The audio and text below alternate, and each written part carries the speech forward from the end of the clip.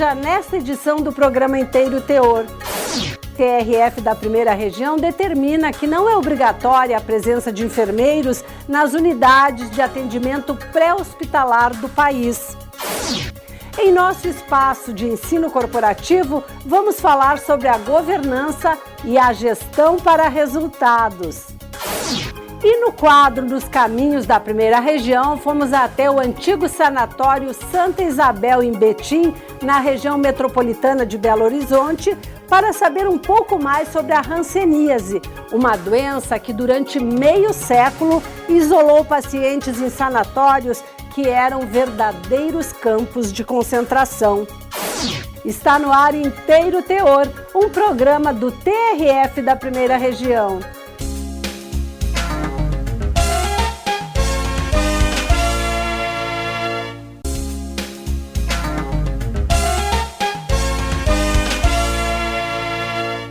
As unidades de atendimento pré-hospitalar estão por todo o país. As ambulâncias ficam com a maior parte da prestação desse socorro. O paciente pode contar com atendimento de enfermeiros ou técnicos de enfermagem.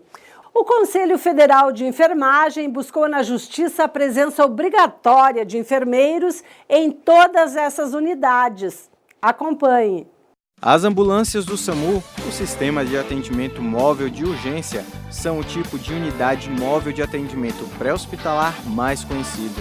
Everson Queiroz se formou como enfermeiro, mas trabalha como técnico de enfermagem do SAMU no Distrito Federal. Em 8 anos de serviço, ele já atendeu casos de pacientes que pareciam simples, mas na verdade eram mais sérios. Bem, eu vou citar um caso que aconteceu lá no Gama, onde nós fomos na unidade básica, era para uma crise asmática, e essa crise asmática, na verdade, era um paciente que estava numa parada respiratória, né?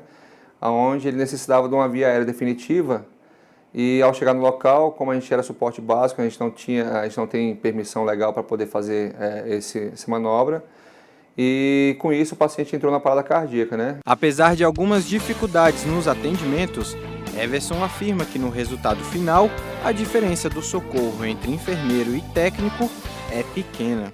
Hoje o SAMU-DF tem praticamente mais básica rodando sem enfermeiro que com. E a gente vê que ainda tem um resultado positivo. Então, assim, eu não sei te dizer com tanta certeza se faria ou não tanta diferença assim no atendimento hoje. Ele também explica a diferença das atribuições dos enfermeiros e dos técnicos. E o que diferencia um pouco entre um e outro é o atendimento na parte de formação mesmo, assim, a avaliação do paciente de uma forma geral. Então o enfermeiro tem mais conhecimento técnico, né, de fisiologia, de anatomia, onde permite o melhor atendimento do paciente ou não. Para prestar o melhor socorro, o Conselho Federal de Enfermagem criou a Resolução 375, obrigando a presença de enfermeiros em todas as unidades de atendimento pré-hospitalar do país. O presidente do COFEM ressalta a importância dessa regra. Não pode haver assistência de enfermagem se não houver enfermeiros. Não pode haver assistência de enfermagem prestado apenas por profissionais auxiliares e técnicos, exatamente porque eles trabalham sob supervisão. E no entendimento do Conselho Federal de Enfermagem, a supervisão, não existe a supervisão à distância, principalmente quando se trata do atendimento pré-hospitalar. Mas a Associação Brasileira de Concessionárias de Rodovias questionou essa norma na Justiça Federal. O caso chegou à 8ª turma do TRF da Primeira Região. O colegiado entendeu que não é obrigatório ter um enfermeiro na ambulância. O COFEM chegou a recorrer ao TRF da Primeira Região, usando os embargos infringentes, que é quando não há unanimidade nos votos. O caso foi para a 4ª sessão do TRF, que confirmou a primeira decisão, ou seja, a presença dos enfermeiros continua sem obrigatoriedade. O relator do caso foi o então desembargador federal Reinaldo Fonseca, que tomou posse no cargo de ministro do Superior Tribunal de Justiça em maio deste ano. Ele explica os fundamentos da decisão. Na verdade, o Conselho Regional de Enfermagem, ao interpretar uma lei de 1986, que regulamenta a profissão do enfermeiro, entendeu no sentido da exigência da presença de um enfermeiro formado de nível superior também nas ambulâncias e nas UTIs móveis. Isso no sentido de que o enfermeiro tem que ser o dirigente dos programas de saúde, no que tange à enfermagem. Teoricamente, era o ideal, que sempre nós tivéssemos numa ambulância ou numa UTI móvel um enfermeiro, um dentista e até um profissional, às vezes, da psiquiatria, da psicologia, etc. Mas isso não é possível. Nós estamos num local onde é um carro. Temos um carro em que já tem o paciente, um familiar do paciente, um técnico de enfermagem, um médico e um motorista. Isso do ponto de vista prático e do ponto de vista legal. A exigência é de a presença do enfermeiro fiscalizando o trabalho do técnico de enfermagem em programas de saúde. Na ambulância, no UTI móvel, nós entendemos que não há um programa de saúde, o que na verdade é um tratamento pré-hospitalar e de emergência. A Associação Brasileira de Concessionárias de Rodovias foi procurada pela nossa equipe, mas preferiu não se pronunciar por ainda estar tramitando o caso na Justiça. O COFEM disse que acata a decisão, mas vai recorrer. A nossa Procuradoria-Geral está preparando um recurso para o Superior Tribunal de Justiça em relação a essa decisão. Eu tenho certeza que todos os técnicos de enfermagem hoje do SAMU são muito bem habilitados para um bom socorro. Aqui hoje todos são bem diferenciados.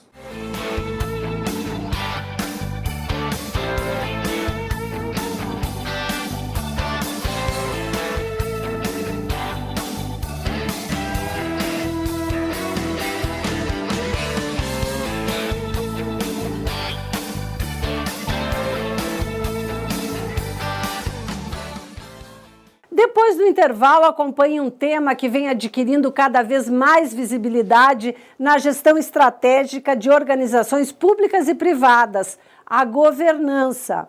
Já voltamos.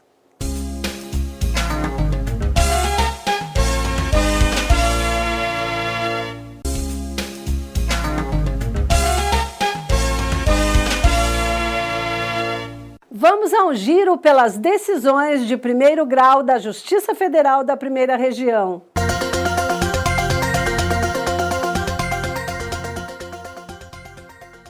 Em Goiás, a Justiça Federal condenou um advogado que tentou fraudar o INSS ao produzir contrato falso de aposentadoria. A ação foi proposta pelo Ministério Público Federal. A tentativa de fraude foi descoberta pelos próprios servidores do INSS, que desconfiaram da autenticidade do contrato. Ao analisar o caso, o juiz federal Paulo Augusto Moreira Lima entendeu que o advogado utilizou de um contrato de empréstimo forjado para instruir requerimento administrativo, objetivando a concessão de aposentadoria rural para sua cliente. Na decisão, o advogado foi condenado por tentativa de estelionato contra o INSS.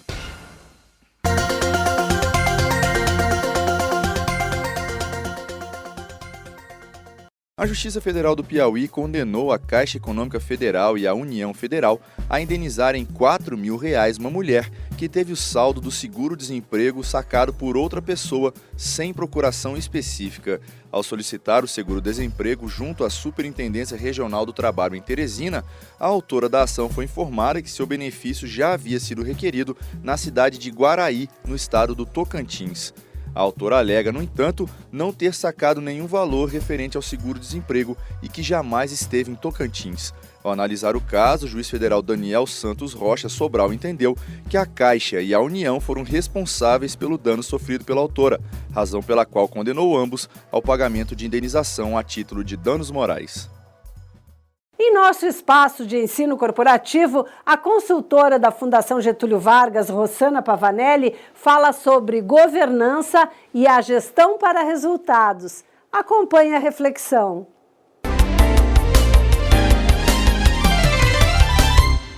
A governança é um tema que vem adquirindo cada vez mais visibilidade na gestão estratégica de organizações públicas e privadas.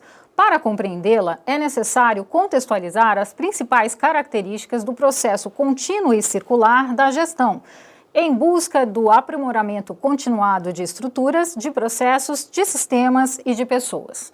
Dentre as características mais marcantes da gestão estratégica encontram-se a atuação global e seus impactos diretos e indiretos, riscos sistêmicos e oportunidades de sinergia, a proatividade e o foco participativo, se buscando cada vez mais desenvolver uma postura empreendedora, mesmo em organizações públicas, e o compreender que cada servidor, cada colaborador é uma parte importante da organização e precisa se sentir dono de processos e de projetos.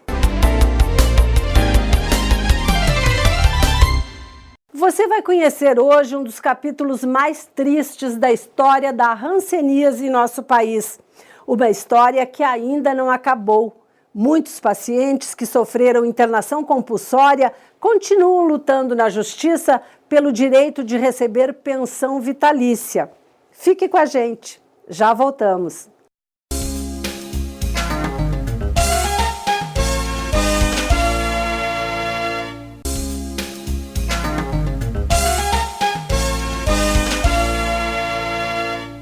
Considerada a doença mais antiga da humanidade, citada até na Bíblia, a hanseníase permanece como um grave problema de saúde pública no Brasil.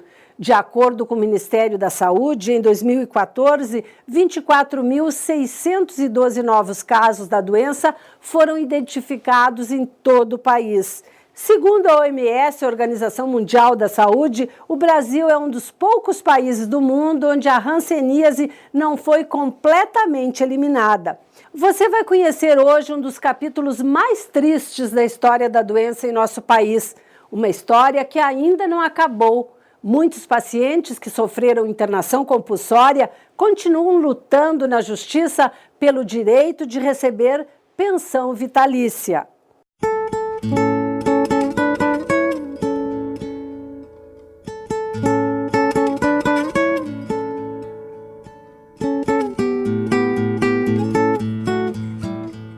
Na década de 30, a Lei 610 de 1949 determinava a internação compulsória de todo paciente que tivesse sido diagnosticado com hanseníase. Para internar estes pacientes, foram criados 32 hospitais colônias no país, 3 deles em Minas Gerais. Em Betim, na região metropolitana, funcionava o Hospital Colônia Santa Isabel, que deu origem ao bairro de Citrolândia, onde ainda hoje vivem familiares de hansenianos. A colônia foi inaugurada na década de 30, em pleno da ditadura Vargas. Era um lugar de isolamento das pessoas acometidas pela hanseníase. A polícia sanitária daquela época, ao ser comunicada que em determinada comunidade tinha um paciente de hanseníase, acometido pela hanseníase, ele era buscado e colocado dentro da colônia. Para você ter ideia, a estação de trem em Mário Campos, que é próxima à colônia, os pacientes vinham num vagão, desciam desse vagão e eram transportados até a colônia. Esse vagão era incendiado em seguida. A pessoa passou o portal da colônia, ele entrava para ali e não podia sair mais. Ele teria que passar o resto da vida dele ali.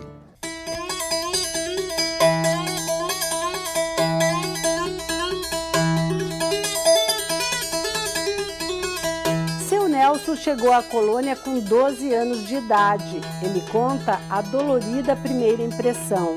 Nesse primeiro instante, o que eu falei? O que acontece? Um menino inocente, saiu do mato, vem chegar num lugar desse.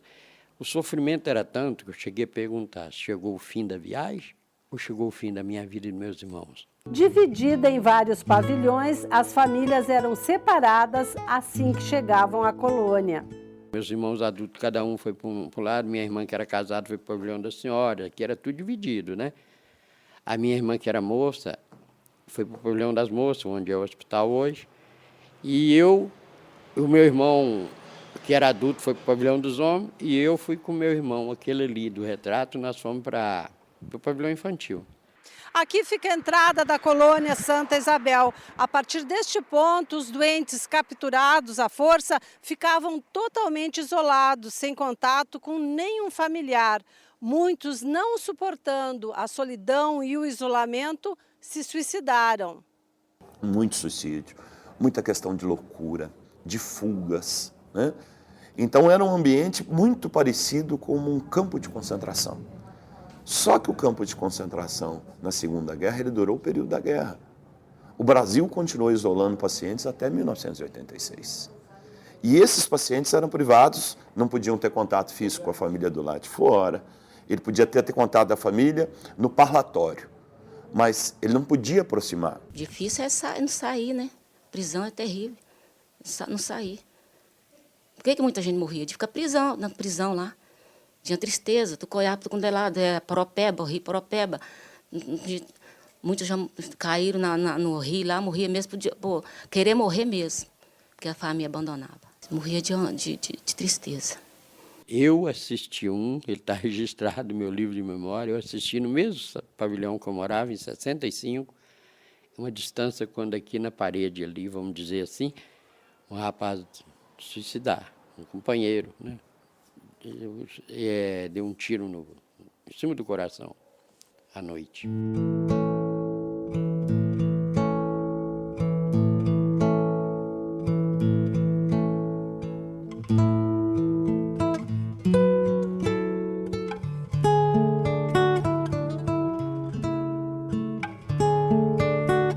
As irmãs Maria e Hilda chegaram à colônia crianças. O pai foi capturado primeiro, depois foi a vez das filhas. Uma tinha 5 anos e a outra 10. Viemos da Serra do Cipó. Meu pai veio primeiro, que meu pai raptou ele lá, assim, parecendo um cachorro, jogou dentro do carro assim, e nós ficamos perdidos.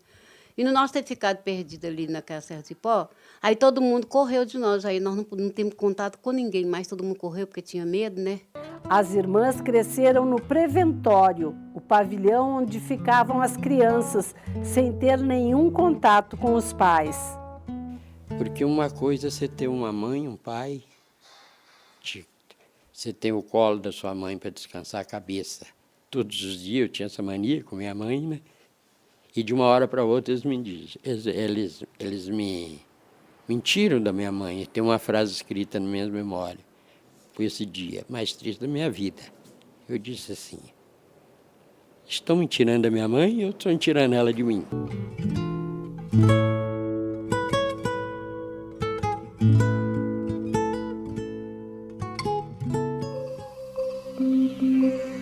Assim como nas prisões, os doentes eram mantidos sob forte vigilância. Os pavilhões eram coordenados por freiras que impunham duras regras aos internos.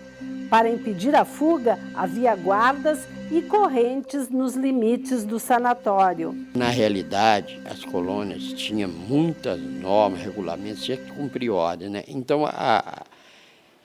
tinha correntes nos dois extremos. Para mim ir em Belo Horizonte, eu tinha que ir lá no posto da ordem social tirar uma licença. A corrente era assim, que ninguém entrava. Ficava um guarda ali na vigia lá e ninguém entrava. Ninguém. Se saísse, eles corriam atrás para pegar. A gente entrava, tratava. Quando a pessoa ganhava neném na colônia, lá dentro, com as mulheres, já tirava as crianças de uma vez e jogava para fora. Viver na colônia é prisão. É prisão que é terrível. Os guardas não deixavam sair. Saísse, não entrasse. Não entrava. É muito, muito triste mesmo. Passamos essa amargura nessa colônia. Mano Walter Alfaiate, parceiro e amigo fraterno, escreve aí no teu caderno, eu quero fazer eterno. O seu Paulo é alfaiate. Uma das preocupações que ele teve quando descobriu que estava com hanseníase era de perder a sensibilidade nos dedos, que lhe impediria de trabalhar. Como que era essa preocupação, seu Paulo? Olha, era muito triste. A gente pensava, né, que a gente não conhecia a doença. Então a gente pensava que não ia ter condições mais de trabalhar. E era a única profissão que eu sabia na época, né? Em 73, eu com 13 anos, eu já trabalhava, né? Já era calceiro. E aí a minha grande preocupação era essa, porque a doença me atacou muito, né? E devido ao meu irmão ser doente, daí uns tempos eles voltaram lá e foram, né? Fui capturado, né? E aí fiquei longe da minha família, né? Longe dos meus pais, né? E chegando aqui, é que eu pude ver que a situação era muito pior do que eles falavam para a gente lá, né? Então eu chorei muito, sabe? Chorei muito, eu senti na pele mesmo como se eu estivesse num campo de concentração. Mano Walter Alfaiate, parceiro e amigo fraterno, escreve aí no teu caderno, eu quero fazer um terno. Agora, muitas pessoas se suicidaram lá dentro. Como é que foi isso? Olha, muitas pessoas, por dizer a verdade, né? Eu tive perto de fazer isso também.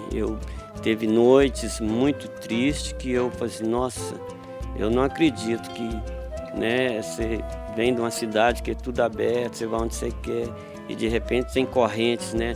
Tinha corrente na parte que chama de saúde e tinha corrente na parte da Mião, né? Cercando as pessoas. Então, muitas pessoas vendo aquele sofrimento, que a partir do momento que você ficava entre a cruz e a espada. Por exemplo, você não podia mais voltar para a sua cidade, né? Igual a minha mãe, quando a partir do momento que ela ficou sabendo que eu estava doente, ela me isolou. Mano Walter Alfaiate, parceiro e amigo fraterno, escreve aí no teu caderno, eu quero fazer um terno. Doía muito essa sensação? Talvez seja a parte que mais doía no corpo da gente, essa parte, entendeu? Igual a minha mãe, ela nunca veio aqui me visitar durante todo esse tempo que eu morei. E os tratamentos é constante. Então, muitas pessoas suicidavam por isso, porque eles não podiam nem mais voltar para o lugar onde que eles tinham deixado filhos ou esposa, que quando eles saíam de lá, eles colocavam até fogo nas casas para queimar, né? Então, tudo isso, você ouvindo só falar disso todos os dias, você ficava, entendeu? A ponto de suicidar, né? A ponto de perder toda, né, a sua integridade, né? Seus pensamentos eram os piores possíveis, né? Só em 2007 uma lei veio para reparar um pouco o sofrimento desses cidadãos. O texto autorizou o Poder Executivo a conceder pensão especial mensal e vitalícia aos atingidos pela hanseníase, submetidos a isolamento e internação compulsória em hospitais colônia até 31 de dezembro de 1986. Elas estão sendo ressarcidas financeiramente, mas nesse ponto nós não podemos falar em dignidade, pois não há o resgate do que aquilo que elas sofreram ou de sua dignidade. Nós estamos trazendo um alento para agora o final da vida deles. Muitos pacientes não têm documentos que comprovam a internação compulsória, por isso tiveram que recorrer à justiça para garantir o direito à pensão vitalícia. A Lei 11.520, apesar de no primeiro momento ela determinar que a aposentadoria especial deve ser reconhecida de forma administrativa, administrativamente ela não está sendo reconhecida em alguns casos. Esses casos nós estamos levando à justiça, aonde por prova pericial e por prova testemunhal nós estamos chegando à verdade. E essa verdade tem sido bem acatada pelos juízes e eles estão concedendo a aposentadoria a essas pessoas. As decisões da Justiça Federal de primeiro grau têm sido favoráveis à concessão de pensão vitalícia aos pacientes com hanseníase, internados compulsoriamente ou não. Elas estariam, portanto, numa espécie de exílio, de desterro social. Tudo decorrente de quê? De uma doença. Por isso que a minha interpretação é de que a hanseníase nessas pessoas deixou dois estigmas. Um estigma físico, fisiológico, um estigma orgânico, palpável, na perda de membros, na deformidade, e uma outra que não desapareceu, que foi um estigma social.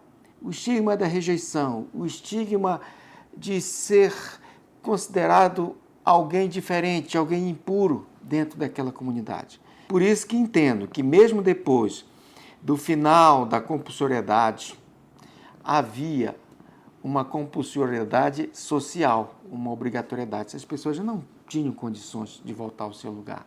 A vida delas tinha parado ali e recomeçaram anos depois, quando lhes foi dada a oportunidade de receber uma indenização. E como que a senhora vê agora essa pensão que a Justiça concedeu? Caiu do céu. Deus manda vocês e os pais aí para ajudar a gente, nós estamos felizes. Estou feliz. Como eu não posso manter os meus netos aí, né? Pelo menos com os...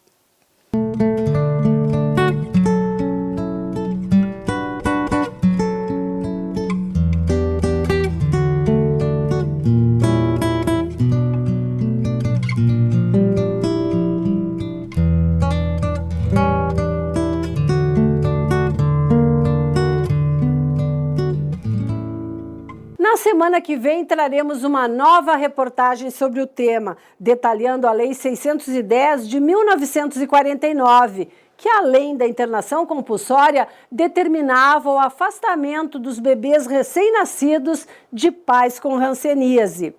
E o Inteiro Teor fica por aqui. Voltamos na semana que vem, neste mesmo horário.